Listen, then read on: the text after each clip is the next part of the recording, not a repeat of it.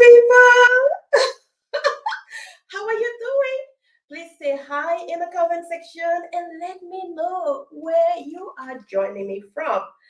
My name is Flora Bezi. I am a digital accessibility expert and founder at Linoratech.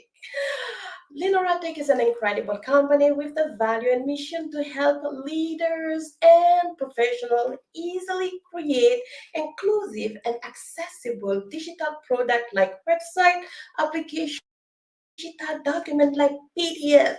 We want everyone to feel welcoming and to be able to access those products. We're talking about including people with visible or invisible disabilities. Now, time for me to describe myself because in my audience, sometimes we have people with visual impairments and people who are blind. I am a black woman. Today I'm rocking long, straight, black and red hair, and I'm wearing an African attire. For some of you who are curious, I'm wearing a Nigerian attire. I'm not Nigerian, my husband is. So, now today I want to talk to you about an important topic, which is all about becoming blind as a software engineer. To be honest with you, for those of you who know me, you know I love to post content talking about inclusion, accessibility for digital product, but also for tools and platform. And a few years before that, no, not before that, actually, a few months ago, I will say, a developer commented on my post and he said, I could tell from the text information with a harsh voice that I should stop asking for tools and platform to be accessible and inclusive because there is no one who is blind who is a developer. There is no one. And I was like, what? So I don't know if you can feel it, but I was so surprised. But again, that goes to say that not everyone is understanding that accessibility can happen at any point in life. You know what?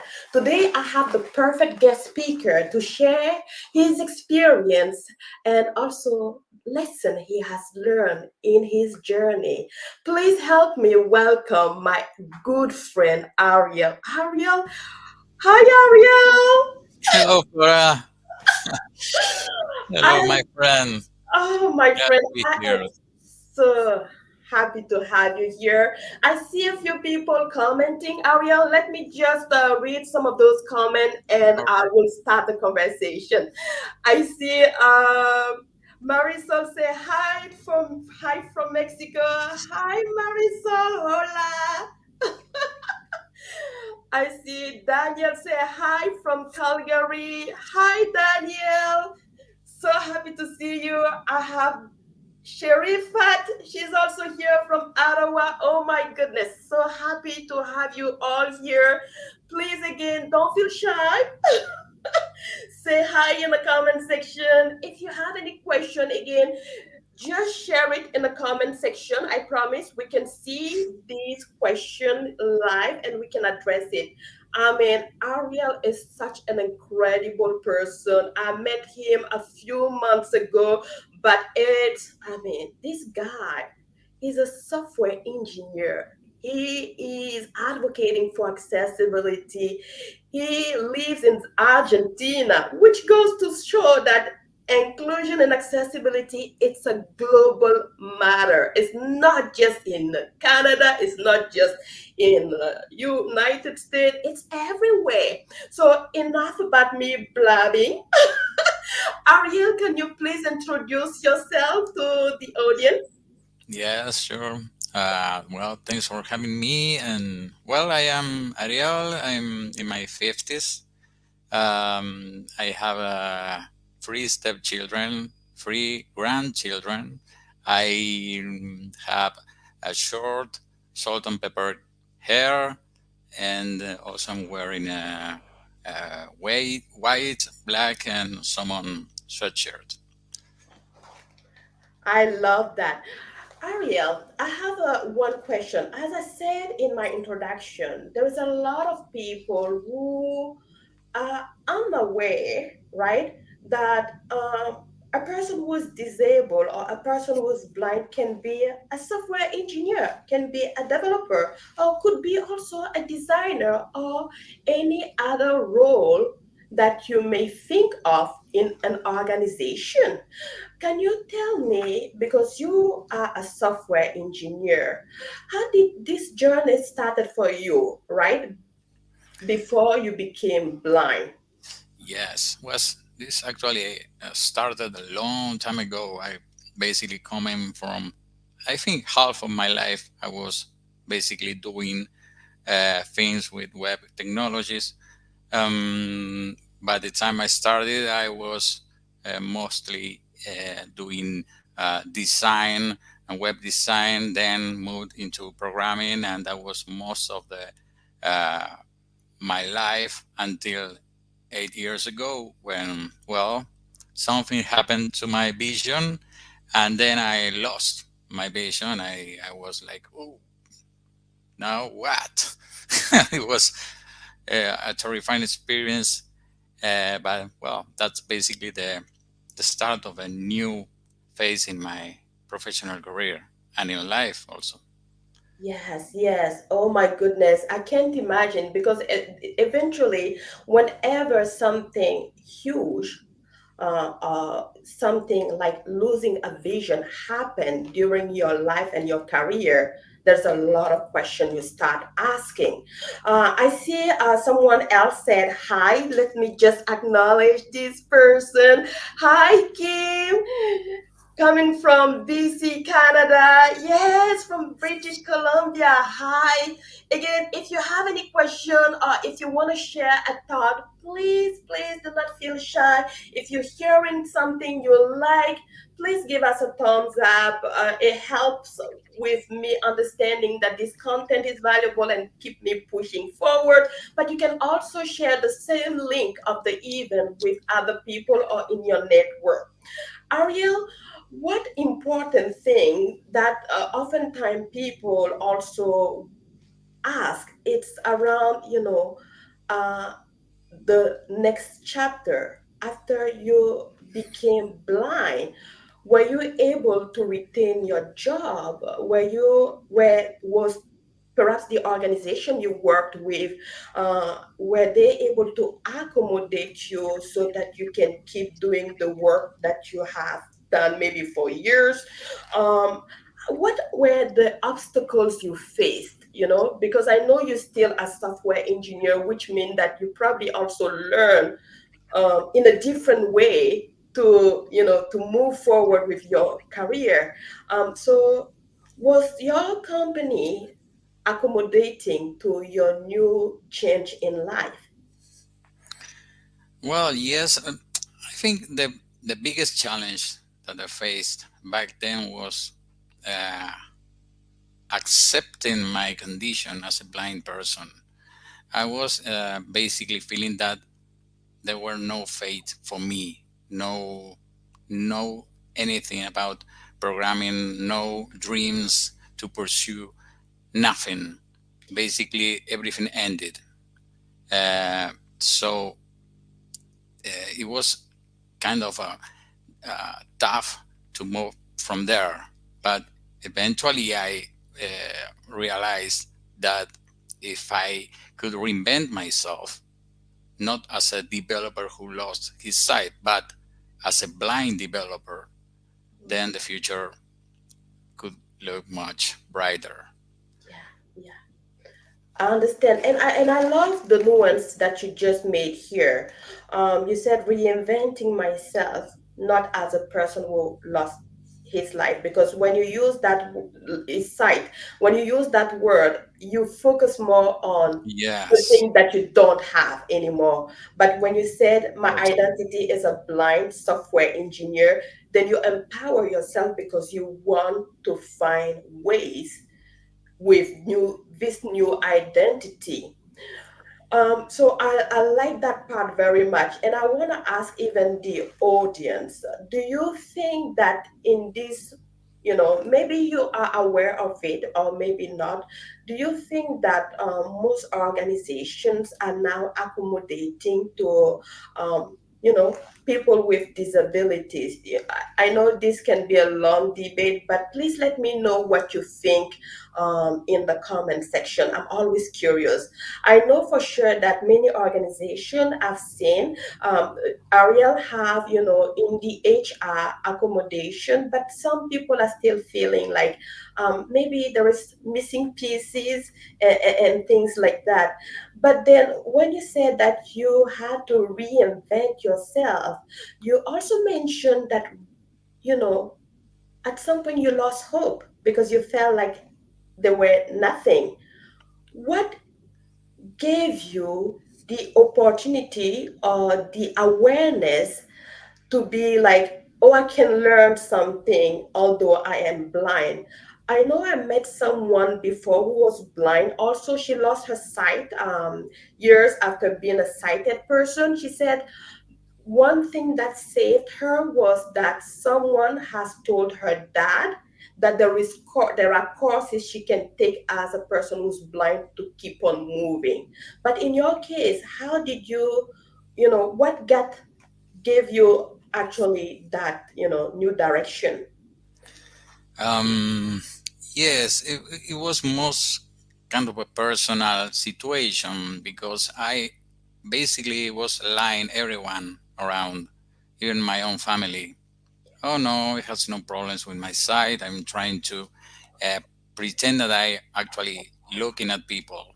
It was really sad, but it was the way that I found to basically deal with the situation. But uh, it eventually uh, was not a way to overcome the situation. But that helped me to understand and many things that happened at the same time, both in my professional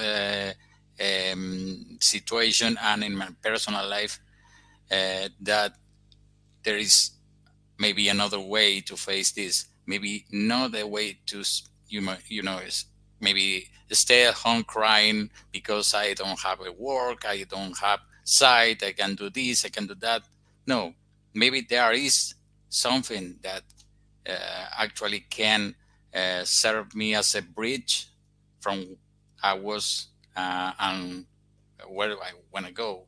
And basically, when I learned uh, everything about screen readers, I realized that they actually helped me to do what I was trying to do. As many assistive technologies out there for different disabilities, in the case of blind people, uh, screen readers provide me the tool to basically change the way, change my mind, and or basically change my mindset about how to work with a computer, but also um, in a personal way, the support from my family, the support from the people that cares about me, that was really important as well. And from them, it was a matter of, okay, I'm blind. I have this assistive technology. I have to keep learning on. I have to keep moving forward. And then eventually the opportunities appear on the horizon. Ooh, I like that. So basically, your circle, your environment motivated you to find a way, and that was a progressive, it happened progressively. Yes, it was a trial and error situation, but a lot of learning process, a lot of making questions. Look, Yeah. I'm blind. I can't, you know, it's a steep curve to move from one side that you basically took for granted about. Okay, I have to do this work, no problem. I open my computer, look at, no, I have no more eyes, not anymore. What to do? Well, move forward from there. Yeah. And yes, it's not magic, it's a lot of work. It's kind of roll your sleeves and start fighting this a new battle for a new life. And that's the beauty of this. Because let me tell you, Flora, I Yes. truly think that every person in this planet has something beautiful to give. So if you include everyone, Yes. we're basically making this world much better. And I agree. I always tell people, listen, there is genius in everyone, regardless of age, regardless of ability, regardless of religion, skin color. I mean, regardless of anything, human beings have incredible potential. And thank you for sharing that. I see Tim said, he asked a question. He said, uh, Ariel, was there a specific moment that caused you to change your perspective on blindness as a developer? Well, in fact, I remember uh, when I was blind. I was basically in the process of starting a new phase in my life. But one of the reasons that made me realize that it was possible to pursue pursue a career as a programmer was a video on YouTube about a blind developer using something that I was not aware at that time, that was an screen reader to create an application. So that was magic. There was a moment in my life when I realized, okay, this guy is blind like me. So there is a chance for me to move forward. So basically, that it was like a starting point for a new, complete, different way of thinking about programming, but also about myself, about blind people, about the lack of accessibility all around, the effort that we have to put into more accessible applications, more accessible digital products. And I think that is what is motivates me the most now, because I'm trying myself to basically raise awareness among the people where I'm working with about the importance of making uh, everything we do accessible for everyone. That's the goal, and that is basically what is moving in my head. Keep on moving every day. I love that. I love that. And Tim, thank you for the question. I think that representation is key. You know, a leader once told me, listen, Flora, I have beautiful ideas to create inclusion and accessibility in my organization, but I will always fail. And I was like, what? How can that leader just make that bold statement? She said, I can only see from my perspective, from my biases, and the people that are around me are seeing from that same perspective. So it's really important to invite to the table people with disabilities who have different view on the world and who can share other perspective, because we can create something for them, but is it really gonna work properly for them? That's the big question. And I love what you said because of representative, because someone who was blind like you was able to code. You felt like, if that person can do it, I can do it. So leaders, please invite people with lived experience to join your organization or to come as guest speakers and share the light on some of the project or the program you are working diligently on. I see Kim also, someone has shared her insight. Kim said, in my experience, there are many amazing businesses who prioritize their people and work diligently to meet their needs. But the majority of businesses are only as accommodating as they must be, which means not always. So definitely, Kim, I hear you on that, and I think that there are also a good amount of businesses who just love to check the box and just role, while checking the box might not be always ideal. I want to know, Ariel, about some of the lessons that you have learned in your journey. But before I get to that, please, again, if you are joining us, share your thoughts, say hi, let us know that you're around, let us know that you listen. If you're watching the replay, please just say hi, comment, share, like, and follow me. Ariel, please let me know, what are the lessons that you have learned in your journey.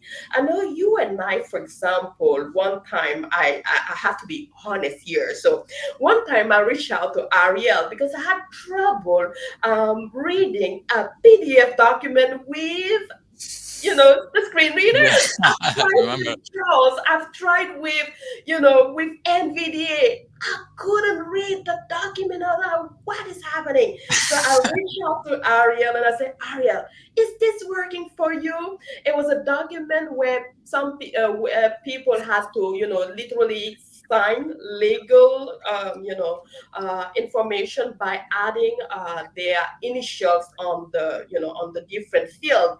And so they were supposed to put just the initial and move forward. And I couldn't, access the information. I asked Ariel, and Ariel told me, "Oh, Flora, I don't have any problem listening to the information, but I wonder why." I think you mentioned something. You said the text box for the text area was, you said something like it was too small or it wasn't properly described for you. There was some challenges with the identification of the input field. And I said, wait a minute, but Ariel, oh no, you said the check boxes. You said the check boxes, Yes. I'm having a hard time with the check boxes. And I'm like, what check boxes? There were no check boxes on the PDF. And I was like, Ariel, where do you see that? What I mean, talk to me. How do you perceive a checkbox in a document that has no checkbox? And then he nicely told me, Flora, I use several tools to find my way to perceive information. So he put his screenshot, I believe, Ariel, you can correct me if I'm wrong. You took a screenshot of the PDF, you put it in another, I think it was maybe a Chrome something or something else to recognize what element was on the Ah, page, yes, and yeah. that tool told you that there are checkboxes on the page and text. And actually, it wasn't a checkbox, it was just a text field to enter the initial. So I was like, wait a minute. So that element was not properly described on the PDF. So Ariel thought it was a checkbox. So you can see how there is challenges sometimes. So whenever we create a PDF, guys, be mindful to get the PDF reviewed by a person with accessibility skills, just to make sure that the elements are done properly. But Ariel, do you sometimes have challenging, accessing PDF or shopping online or using an app? Yes, many times. Unfortunately, to this day, there are many common issues that still are all around. So yes, sometimes it's a bit frustrating. Definitely, definitely. And sometimes, even when the language of the document is not set properly, the screen reader is now pronouncing the information in a very Yes. awful way. Yes. I can't imagine, because you are in Argentina, so you do Yes. speak. Is it Spanish that you do speak? Yes. My second language is English, so it was a mess. I know. I see another comment here quickly. So I see Sherifat said he has set a pace, and a lot of people living with disabilities will be greatly inspired. Oh my goodness. Ariel, you are an inspiration. You know what? Thank you so much, Sherifat, for sharing. Again, guys, please feel free to share, give some love. Um, I think that one of the reasons why I wanted also to create this platform is to bring different voices on the table. And many people told me, Flora, I have a disability. but I didn't know about other people disability. Some people are deaf and they say, "Oh, I know about my own disability, but I didn't know about someone else's experience." And so, Ariel, you showing up authentically, telling us how it was when you were sighted and how your life shifted as a non-sighted person is really, really important. Do you have any advice for leaders and for tech people who are still maybe not fully understanding that making digital product or tools or platform inclusive and accessible is really critical? Well, I think for leaders, I would say that they should invest more in education on their employees about disabilities, about accessibility. Also, work for a culture of inclusivity to everyone to feel valued. That's I think that is most important. The rest is basically, at least in the digital world, is about learning technologies. But to have a wide open mind is completely different, and I think that is something that we can learn. So it's all about open our minds, just bring everyone together, and just not take that ideal user we sometimes think about, but everyone, maybe uh, my dad or my daughter or myself, anyone. I think Yeah. that's the key.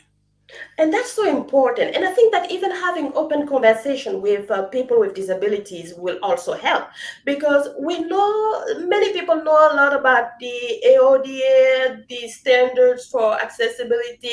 They know the numbers around the disability community, but what sometimes is missing is the connection with the people. Some people even feel like the disability community is just a number, or sometimes they just see them as patient, like medical, which is not always true. People with disabilities have incredible life. I mean, Ariel, you are still a software developing things. I mean, oh gosh, I wish we had more time because I want to hear even what tools are you using. I know you mentioned the screen reader, but what Yes. else are you using? To create, the thing that you create with the platform. What platform have you been using that you feel like is helping you?